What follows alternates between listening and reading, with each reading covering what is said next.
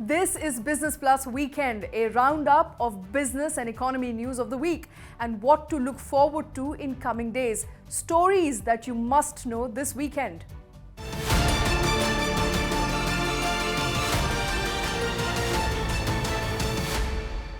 A day after the setback in Supreme Court, Google has put up a brave front, saying it will cooperate with antitrust regulator, the Competition Commission of India, on the way forward. Now, Supreme Court, remember, ruled that a lower tribunal where Google had first challenged CCAI's order can continue to hear the company's appeal and must rule by 31st of March. CCI had imposed a 1,337 crore fine on the search giant for alleged anti-competitive practices. Google had approached the apex court for relief but turned down the tech giant's demand for a stay on the earlier order.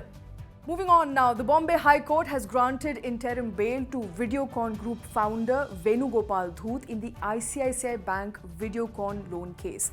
Co-accused Chanda Kochar and her husband Deepak were also granted bail earlier this month. The Central Bureau of Investigation had arrested Dhoot on 26th of December. Dhoot and Kochars are accused in a case for flouting Banking Regulation Act.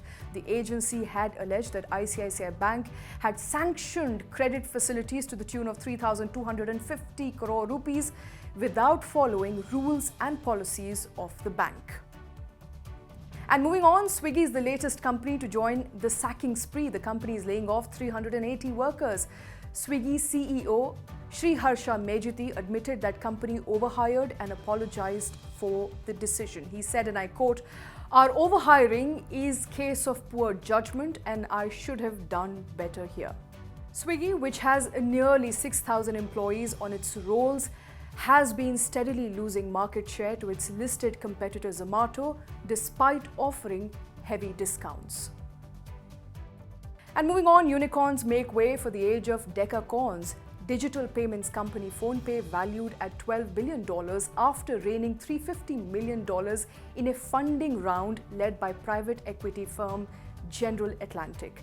Remember, unicorn are companies with a valuation of $1 billion and decacorn are those that command at least $10 billion in valuation. PhonePe is now the most valuable privately held Indian fintech firm, beating rivals like Razorpay and Paytm. Razorpay was last valued at $7.5 billion and Paytm currently has a market capital of $4.2 billion.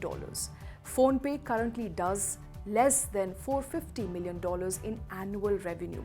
In comparison, Paytm expects to hit $1 billion in revenues by the end of financial year 2023. The latest rounds puts a 118% premium over its latest valuation of $5.5 billion in late 2020. While valuations make for great headlines, business models of revenue, profitability, and unit economics still seem a far cry and major problems with both startups and fintech companies.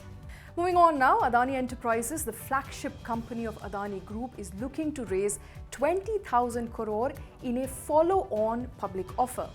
The issue opens for subscription on 27th of January, will be going on till 31st of January at a price band of 3,112 to 3,276 rupees per share. The floor price is at 10% discount to stock's January 19th closing price. To sweeten the deal for retail investors, the company has offered a discount of 64 rupees per share for the retail portion of the FPO. Company will use funds to meet capital expenditures and partly pay off its debt with the money it will raise. Now, shares of Adani Enterprises tumbled 4% following the announcement. This, however, is on the back of a 102% rally in its staged shares since last year. And shifting focus, Tata Group has initiated the IPO process to list Tata Technologies. This will be the first public listing by Tata's since TCS's listing in 2004. Tata Technologies is looking to raise 3,500 to 4,000 crore rupees via the public issue, valuing it at 16,200 crores to about 20,000 crores after the IPO. Now, at 74.42%, Tata Motors is the majority stakeholder in the Tata subsidiary. Founded in 1989, Tata Tech is a global engineering and product development digital service arm of the Tata Group. In financial year 2022, Tata Tech reported revenues of approximately 3,500 crore rupees as per reports. Tata is currently in talks with multiple merchant bankers to gauge the timing and other aspects of its public offering. And moving on, a 25-year-long season has come to an end. The lead actor now says goodbye. Netflix boss Reed Hastings has stepped down. The co-chief executive of the streaming giant that helped found the company more than 25 years ago has said goodbye. The firm will now be run by Ted Sarandos and Greg Peters, both who are already in senior executive positions. Now, Hastings, remember, is credited for being a pioneer in the streaming business and a tech industry disruptor. He will stay on as the executive chairman. Reed's announcement comes even as Netflix announced a rise in subscriber base at the end of 2022 after 2 quarters of losing subscribers.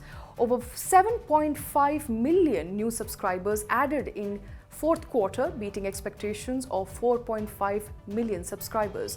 With 231 million viewers signed up around the globe, Netflix is still the largest streaming service in the world. But Hastings is leaving Netflix in a crowded market. With cost and retention challenges ahead, the new CEOs and their tasks have been cut out. Moving on to Davos now, host to the World Economic Forum that stayed in headlines this week. In line with the commitment to clean and green future, the world leaders pitched for carbon pricing standards at the World Economic Forum 2023. Carbon, remember, is priced at about $5 a ton when it should be about $75 a ton. Kristalina Georgieva, Managing Director of International Monetary Fund, said at Davos, emphasizing on the need to increase carbon cost at a level that is appropriately reflective of the damage it causes to environment. Now, speaking at the World Economic Forum, panelists urged development banks to take greater risks and coordinate their green investing to accelerate decarbonization. Countries are expected to cut carbon emissions somewhere between 25 to 50% by 2030, but public resistance to a carbon tax has prevented many nations from establishing carbon pricing. But remember, India continued to shine at Davos. Many countries are looking at India as an investment destination at this point, especially as they try to diversify out of other countries. International Monetary Fund's first Deputy Managing Director, Geeta Gopinath, said, highlighting that even as recession looms large, India is relatively better placed. Moving on now, people everywhere, not a job to find.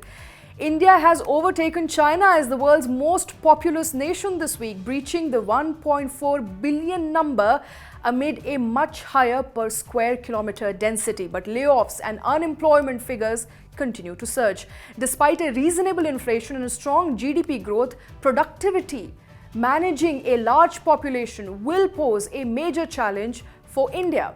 Half of India's population is under the age of 30, and some of the 12 million people enter the market every year looking for jobs. The unemployment rate climbed to a 16-month high of 8.3% in December of 2022. Additionally, there are significant disparities between what is happening in rural India against what is going on in towns. Opportunities and challenges, they say, often hunt in pairs.